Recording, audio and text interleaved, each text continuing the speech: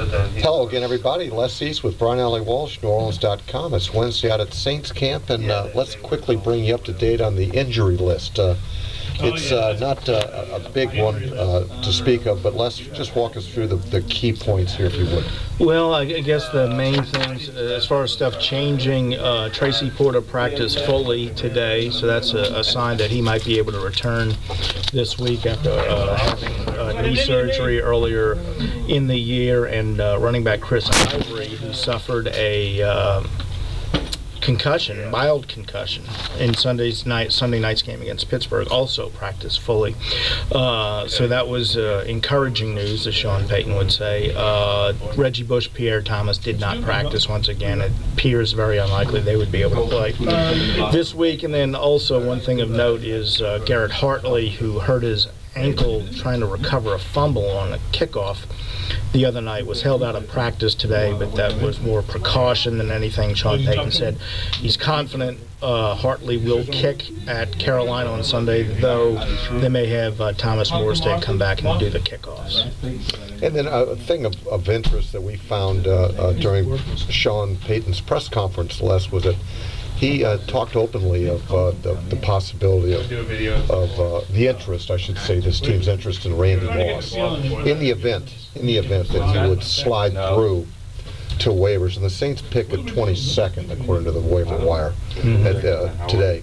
And certainly a lot of things have to happen. One, the first 21 teams wouldn't put a claim in for Randy Moss, and then that would drop down to the Saints at 22. So we'll see what that's going to transpire. And this may become a moot point even when fans look at this. But I just think the mere fact that Sean talks so openly about Randy Moss, and I know the Titans are interested at him at number 21, which would be a spot ahead of the Saints. So they did get him. We're told now that Tennessee did pick up Randy Moss at 21, so they were very close to getting him. You know? Yeah, we definitely got the impression that they had an interest in either putting a claim in on him if they had the opportunity, or if somehow he cleared waivers and possibly signing him to a cheaper contract. But Tennessee had a far greater need for a wide receiver with Kenny Britt getting hurt last week. Saints have a lot of depth there, but it does show you that this organization is looking at possibilities of bringing in better players, possibly at a fairly high price tag. So I found it interesting that he didn't just dismiss it out of hand. Obviously, they had some interest in possibly bringing him in if they had the opportunity under the right circumstances, but Tennessee apparently has nixed that. Yeah, you know, it makes me think of past Saints teams when, you know, there has been a player with a questionable character out there that's been available, and I remember Jim Finks always talking about that. You know, if there's one or two guys that have some character issues, if you have a good locker room, you can convert that. You know, they're not afraid about bringing that type of player character in, and I think that's the way Sean and Mickey Loomis viewed this locker room. That, okay, Randy Moss definitely has some issues. He's had some issues in the past, and you pretty much know what you're getting with a guy like him. But they felt comfortable enough to put a claim in on a guy, you know, that's leaving under some suspect circumstances in Minnesota. So that says a lot about what these guys think about their locker room.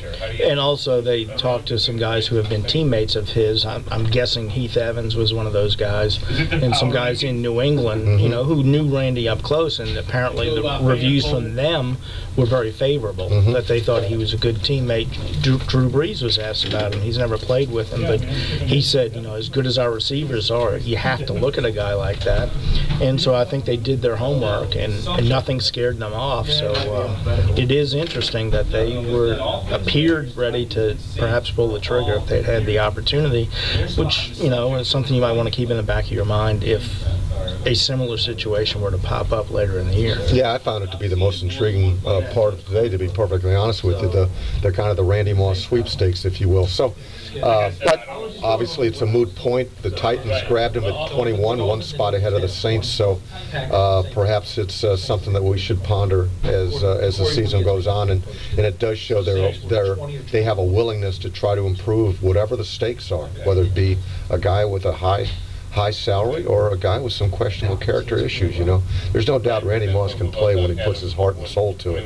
And it's a good get for Tennessee. We'll see how Jeff Fisher deals with the issue there. So for Les East, Brian Allee-Walsh with NewOrleans.com. Aloha, everyone. You never know actually what's going on.